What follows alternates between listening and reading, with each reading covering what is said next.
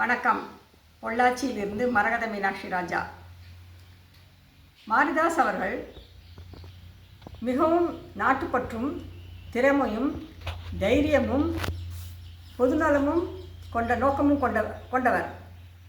அவர் எப்பொழுது நியாயத்துக்கு புறமாக ஏதாவது நடக்கிறதோ அப்பொழுதெல்லாம் வீடியோ போட்டு அதை எதிர்ப்பார். அவருக்கு எந்த கட்சியிலும் முக்கியத்துவம் கொடுக்காத போதும் அவர் தனக்கு முக்கியத்துவம் இல்லை என்று தனி இயக்கம் ஆரம்பித்து உண்ட வீட்டுக்கு ரெண்டகமும் செய்யவில்லை, வேறு ஒரு கட்சியில் சேர்ந்து குளிர்காயவும் இல்லை. இப்பொழுது விஜய் ஆட்சிக்கு வந்தார். அவர் போலி லாட்டரி விற்று கோடி கோடியாய் கொள்ளையடித்து ஆதவ அர்ஜுனாவை பக்கத்தில் வைத்துக்கொண்டு நேர்மையான ஆட்சி தருகிறேன் என்று கூறினார். அப்பொழுதே நினைத்தேன், எட்டிக்காயை போட்டு இனிப்பான பாயாசமா, விஷம்தானே கிடைக்கும்.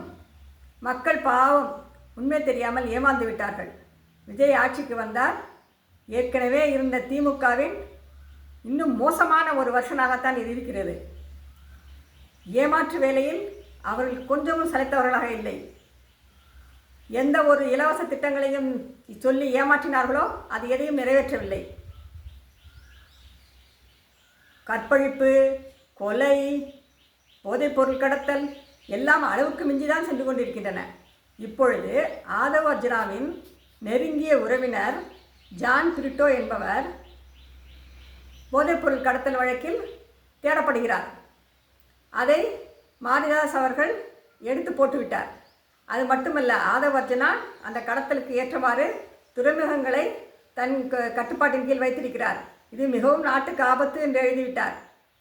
உடனே இந்த திமுகவின் 2.0 வருஷனான தாவேகா அவரை கைது செய்திருக்கிறது. இப்படி கைது செய்து தான் இன்று திமுக மக்களால் தூக்கி எறியப்பட்டுள்ளது. மக்கள் இன்று தேர்ந்தெடுத்திருக்கலாம், ஆனால் தூக்கி எறிய ரொம்ப நேரம் ஆகாது.